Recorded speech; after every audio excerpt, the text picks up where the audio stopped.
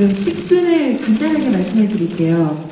모더레이터의 인사 말씀과 게스트의 인사 말씀, 그리고 질의응답 후에 그 다음에 포토타임을 잠깐 갖도록 하겠습니다. 우선 위원장님 말씀해 주세요. 네, 안녕하십니까. 집행위원회 이용호입니다. 제가 어떤 설명은 굳이 하지 않겠습니다. 너무나도 잘 알고 계시기 때문에 간단하게 두 분 인사 말씀을 듣고 바로 여러분들에게 마이크를 드리겠습니다. 많은 질문 또 얘기가 드리겠습니다. 먼저 양재영 씨의 말씀, 유태승 감독님의 말씀을 듣겠습니다. 인사말로. It's a tradition in my country to let the lady first. So, Michelle, please. Now you see what I have to deal with all the time. 안녕하세요. It is a real pleasure to be here in Busan. Thank you, President Lee, and for showing our film, The Lady. I am very proud of this movie. We believe that it's a very important story to tell because of who Do-soo is and because of all that she is fighting for with words, for freedom, for democracy, for human rights. I hope most of you have seen the film and that you like it and will help us spread the word so that there will be more awareness and the spotlight will be on Do-soo and the people in Burma. Thank you. Now, Mr. Beeson. Thank you so much. It's a lot of pleasure and honor to be in the festival. It's my first time and I really enjoy it. So far I'm just working, so I'm looking tomorrow to be able to visit a little of your city. And I'm very glad to be here. And can't wait to answer your question. Hello everyone on stage. I'm Janice from Hong Kong TVB. First of all, I would like to ask Michelle and Lou for their impression about Aung San Suu Kyi first meeting her. And secondly, when will she be able to see this film? Thank you.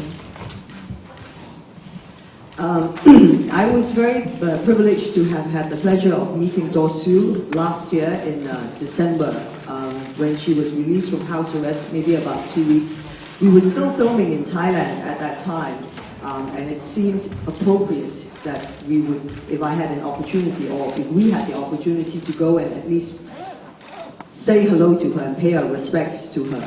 I was the only one who was allowed in. At that point, Luke and Virginie and everybody in the film was rejected. So I went, and I must say, I was very nervous. I was exceedingly overwhelmed.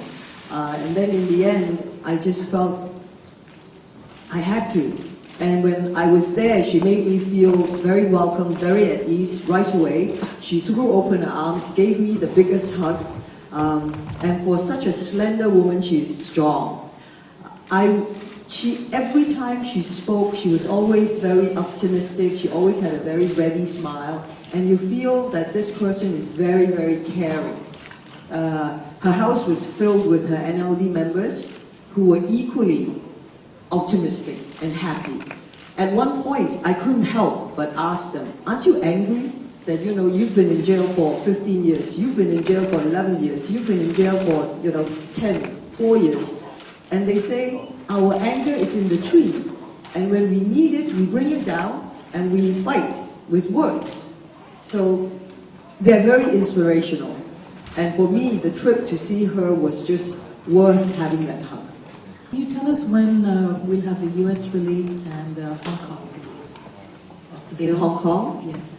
We have a wonderful distributor, Winnie Tang, and I think she was hoping that maybe it will be a February release. I hope that it will be as soon as possible because, I think people needs to know her story right now, and there's so many things happening in Burma as we speak today. And the more the people are aware, every one of us, every single voice, every single person that reaches out to the Burmese people will put some kind of pressure on the government to behave and to be respectful of human rights. Will it be released the same time in America, in the US? America should be So the soon. release in December in US. And one other quick question: how did the project come to you, or to you? Where did it begin? I was very fortunate that when Andy Harris, who's the producer from The Queen, and his wife Rebecca Frank, who wrote the screenplay, when they finished that, they told me that the one person they had in mind from the start to when they had the script was me. So they sent it to my agent in Los Angeles, and I was there at that time. I read it, and I said, I need to meet them right away. So I went to London, sat down with them, because I needed to know where the story came from. I was so excited, because there's not so many iconic figures in our time, especially an Asian, especially a woman, and fighting a battle with only words. And as an actress, where do you get roles like that? You know, we search. And you have to be very brave to make a movie like this, to find people who are just as brave, who are committed to doing that. I was so excited, I went back to Paris, and John called Luke to say, I think Michelle is onto something, she's so excited, please talk some sense into her. So Luke is more than just a friend. He's like a mentor to me. I've always been the biggest fan and admirer of his work. So I just loaded on him and said, you know, I have this incredible script.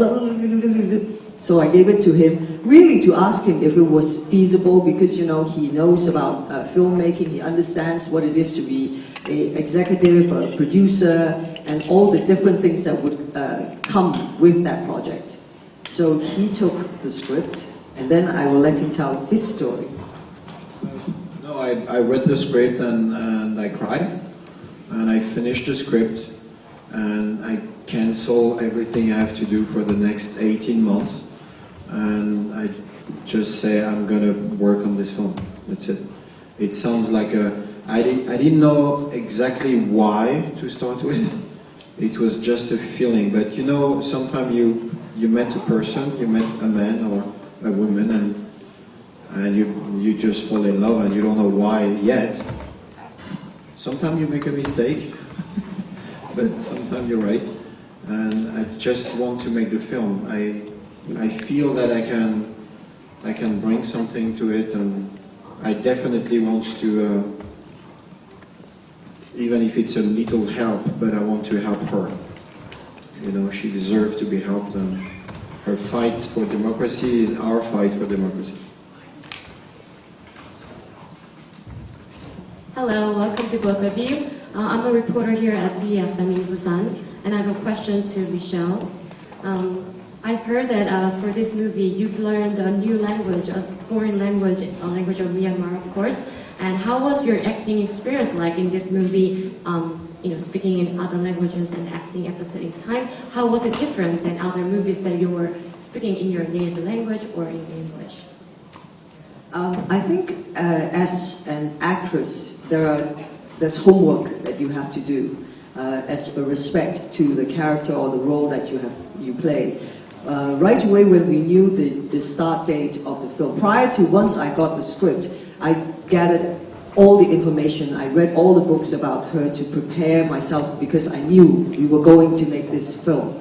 And when Luke actually turned around and said, we are starting to film in September, right away the company found me my dialogue coach for English, because she had this lovely British accent.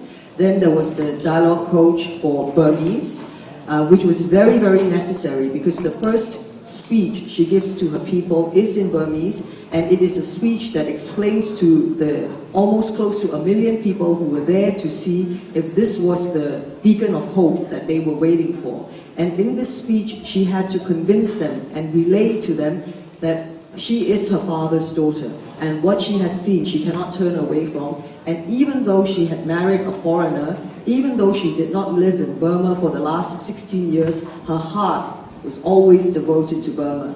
And that was, I think, the biggest task at that point, when I realized that I had to give this speech. And this speech is well known. It is well documented in that sense, that you see her on the stage and delivering it. And my intention was I had to speak it not like a foreigner, not like a Chinese girl trying to speak, you know, Burmese. Then the other thing was I learned the piano, I learned all the tools that was necessary to step into her shoes. But apart from that, it was really to understand where that strength, how this love from her husband enabled her to be so committed. Her family, the people around her, made her the stronger person and to be able to stand there. When I was learning the Burmese, one day I gave the text to Luke. And I think if anybody saw it, you wouldn't know whether it was in English or in what language it was. Because, first of all, I had to do it in pinyin, sounds like. And then after that, it was the inflection. Where you go up, where you come down, that stresses the emotion or the word. Then, of course, you have to understand exactly what you were talking about so that you can be sincere with it.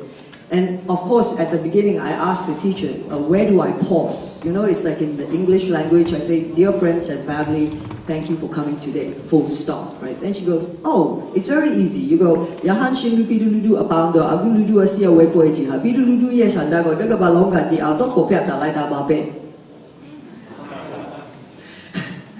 Then you go, okay. So basically, because I was very committed, and I felt that it was my respect and my love to Dosu and her people that I had to do it right.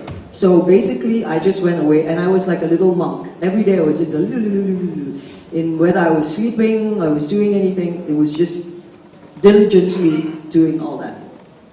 Hi, Matthew Scott from AFP. Michelle, how different as for an actress is it from what you're used to?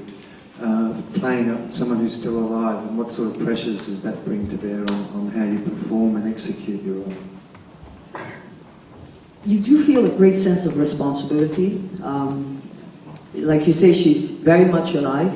She's very much revered and loved, and what she represents holds greater meaning than I can even begin to understand in my lifetime.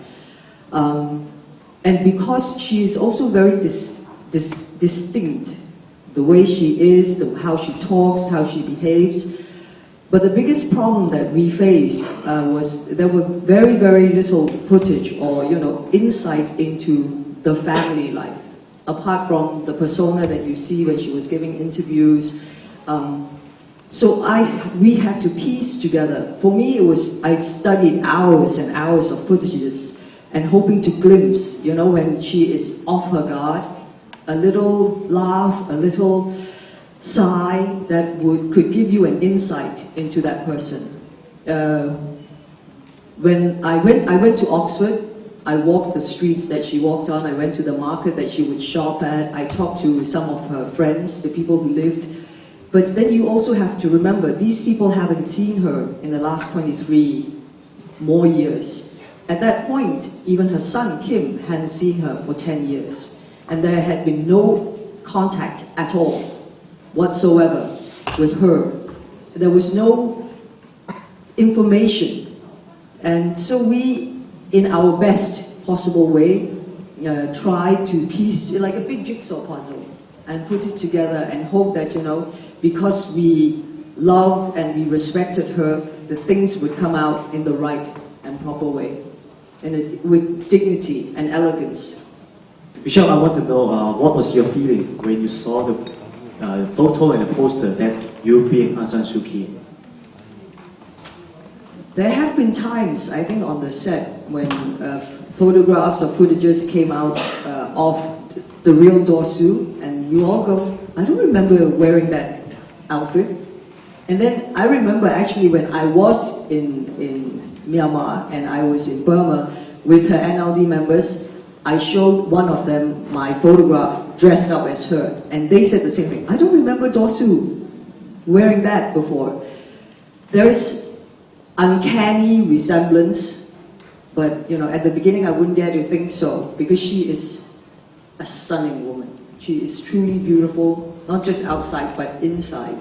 So when I look at the poster, I hope you all see her, not me.